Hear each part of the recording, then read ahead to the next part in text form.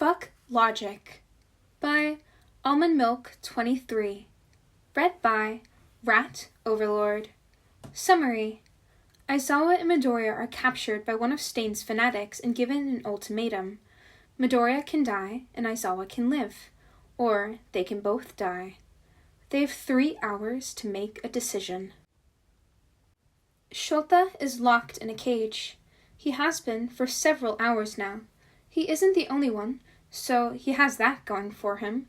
However, Midoriya is not only locked in a cage, but also chained to the floor by quirk-suppressing cuffs, so maybe this isn't really going well for either of them.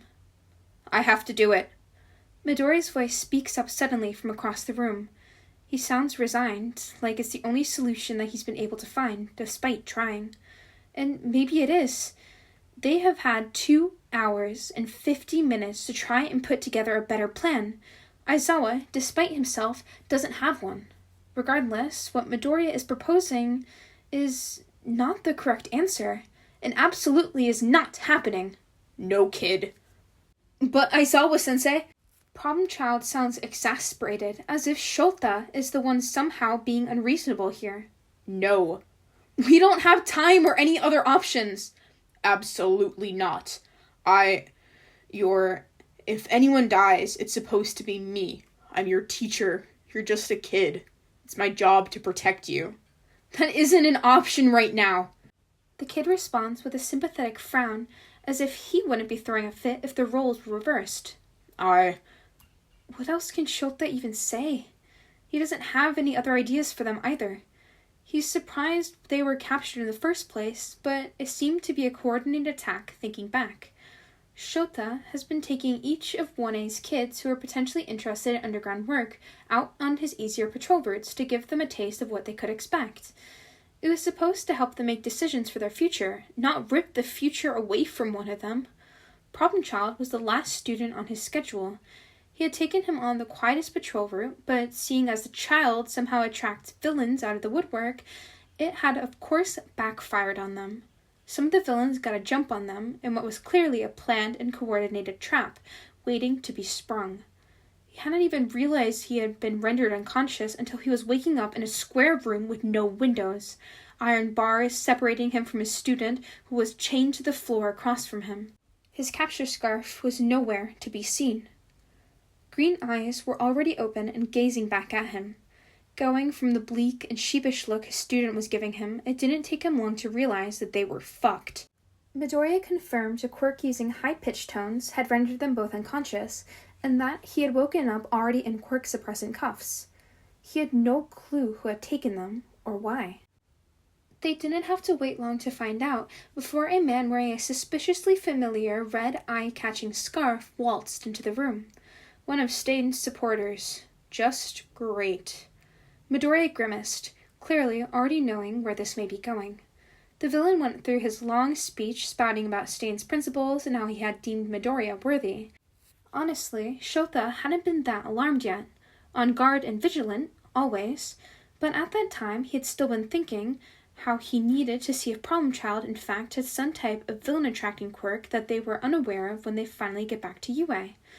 The kid did have multiple quirks after all, so, honestly, it was a reasonably logical possibility. And then, everything took a turn for the worse, because of course it did. The villain, who still hadn't even given his own name, wanted to test if Midoriya truly was worthy, based upon if he was willing to sacrifice his life for others. Shota could feel the dread bead together like dense lead in his stomach, not liking where this seemed to be headed. 3 hours. Midoriya was given 3 hours. He could kill himself and the villain would release Aizawa. Or he could do nothing and both he and Aizawa would be, quote-unquote, cold. They were even kind enough to toss the kid a knife to do so. They had spent the time up until now desperately trying to find a way out of this, to see if someone would find them before the time limit was up, to see if the villain would come back and they could somehow subdue him. No luck. They were down to the last 10 minutes, but it didn't matter. Shota would not let one of his students be killed to save his life. He wouldn't. But he didn't have access to the knife. Midoriya did. He couldn't even reach that side of the room due to the stupid bars separating them, and Shota was livid. I die or we both die. Those are our choices. Either way, I die, but you can live, Sensei. Midoriya's voice brought him back to the present. No. If you can make it, no. Shota growled, cutting him off, not even wanting to hear him suggest such a thing. You're a pro. No. You can save more lives in the future. Midoriya, no. It's one life, but you can save so many more. If we both die, then more people who need help will go without it, Sensei. Midoriya, stop. No. I said no. Shota snapped, losing his patience. He couldn't help it. This kid can't possibly think his life is worth giving up. But then again, time and time again, the kid had proven that it's exactly what he thought of his life. If it's about himself, he simply won't give it the same level of care. If you have ever respected me as your teacher, if you have ever trusted me, you won't do this. Midoriya freezes a moment, seemingly startled by Shota's outburst, different emotions flickering through the kid's eyes before they settle on fiery determination. Aizawa-sensei, it's logical. Shota's eyes widen before narrowing at the boy. Fuck logic. Don't you dare try and fucking twist that on me. He spits. He expects Midoriya to flinch, to draw himself in and make himself smaller, something that usually fills Aizawa with dread and with concern. But if it'll stop him from sacrificing himself, then he's willing to try anything. Instead, Midoriya raises one eyebrow at him, just as upset as he responds. Oh? What, like that line you had about respect? Shota winces, knowing his manipulation had been seen through. It was a low ball, but again, he can't let Midoriya do this.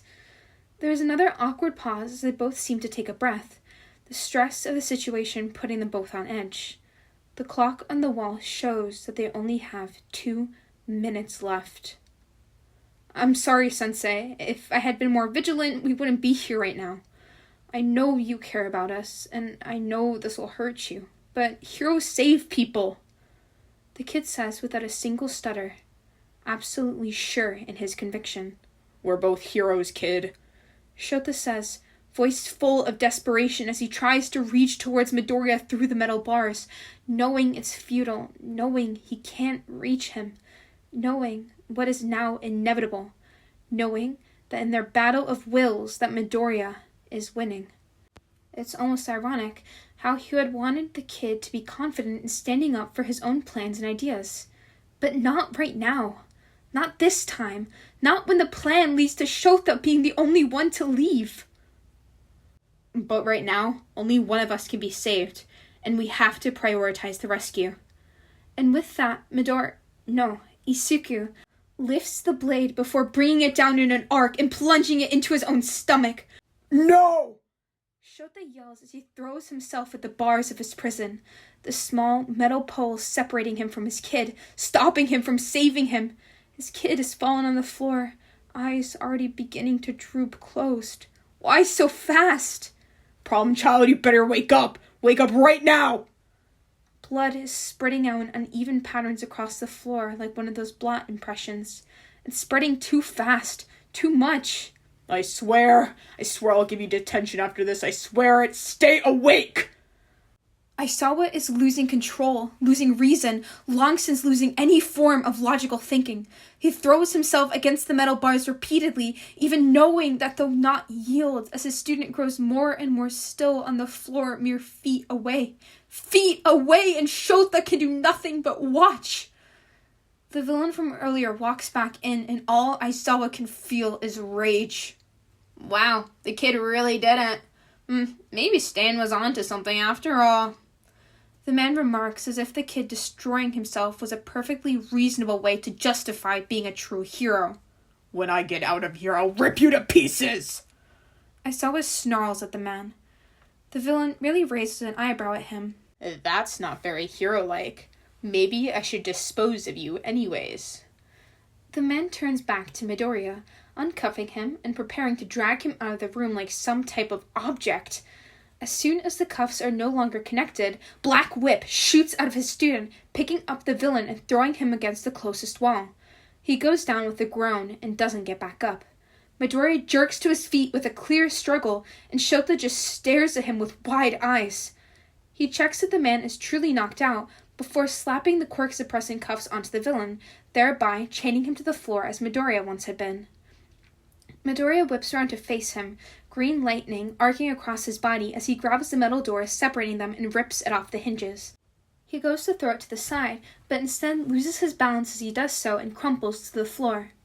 Shota wastes no time rushing forward, grabbing his capture scarf and phone off the small table just outside the room, just out of reach to have been of use to them before, but pushing that metal fabric into the knife wound on Midoriya's side. He dials Hisashi. It doesn't even ring one full time before his husband's frantic voice filters through the line. "Sho! Oh, where have you been? We've been looking all over for you and the little listener!" "We were captured by one of Stain's fans. I'll explain later, but right now we need an ambulance immediately. Problem child is hurt and bleeding out." He barely hears confirmation over the line as different people in the background converse on how to get to them. He isn't really paying attention, confident in his husband and colleagues' abilities to get the help that they need to them. Honestly, Shota finds himself having a bit of trouble keeping up. His prom child was dead, but then he wasn't. But now he might be in a moment. He vaguely realizes that this probably isn't that difficult of a concept to understand, but the quick changes from overwhelming grief to startling relief, then immediately to anxious worrying, are frying his brain just a bit as his brain tries to keep up with the emotions that he should currently be feeling. He finally settles on, "What the fuck, kid?" Midoriya, the little shit, gasping for breath, sends him the most shit-eating grin that he's ever witnessed on the boy. It's a bit unsettling with the blood between his teeth, though. "It's a logical ruse." The boy deadpans. A snort slips out of Aizawa despite his best intentions, before he remembers that the kid is currently bleeding out, and he is in fact very upset with him. "How are you even still conscious right now?" Mostly spite, and not letting the knife hit any major organs." Shota nods. Checks out," he says, while mentally reminding himself to later question the boy on why he knows where to stab himself for the slowest mortality. Unfortunately, that question will just have to wait for another time when he doesn't think it'll make him spiral any worse than he already is. It's then that he notices that there isn't as much blood as his frantic brain initially thought, but rather that the blood had mixed with the water already on the ground below the boy. No doubt part of the plan. He huffs an exasperated but clearly relieved breath through his nose as he hears sirens approaching from the distance. "So, do I still get detention if I didn't actually die?" Shota raises an eyebrow before sending the kid the most unimpressed look that he can possibly muster. It still does nothing to hide his relief, as Aizawa realizes that the bleeding seems to already have slowed down, and that Isugu seems rather lucid, meaning that he should be just fine. "Depends on how many gray hairs I get from this problem child." The kid lets out a chuckle that's still more air than Shota would have preferred, before responding with a simple, fair. A brief pause passes between the two of them, before Shota says with not a little indignation, "You could have at least told me." Midoriya scoffs, having the audacity to look exasperated with him. "He was watching us, sensei." Remind me to add a phrase for "I'm about to fake my own death" into your class's code word book. Only you hellspawn. He intones, letting some humor drip into his tone, but still very much serious about adding the code phrase. Midoriya laughs again as the medics rush up around the two and load him onto a stretcher before they then proceed to lift him up. He, however, seems to be just as exasperated with the situation. They load him into the back of the ambulance, hook him up to some fluids and a bag of blood as Aizawa hops into the back. Other than a few bruises, Shota is unharmed in comparison. He frowns at the thought. At this point, Midoriya looks pretty worn out, and Aizawa gets confirmation from the EMTs that Isugu will be fine. "Go to sleep, problem child. We're safe now." As if finally realizing it himself despite his earlier blood loss-induced banter, Midoriya's shoulders finally release their tension as he lets himself slip under. After all, if Aizawa says they're safe, then they are. As always, I hope you enjoyed, and if you did, feel free to leave a like or comment down below, since I always love hearing from you guys, and make sure to subscribe so you can stay up to date with whenever I post. And as always, your little daily reminder to hydrate, not dehydrate, and to love yourself.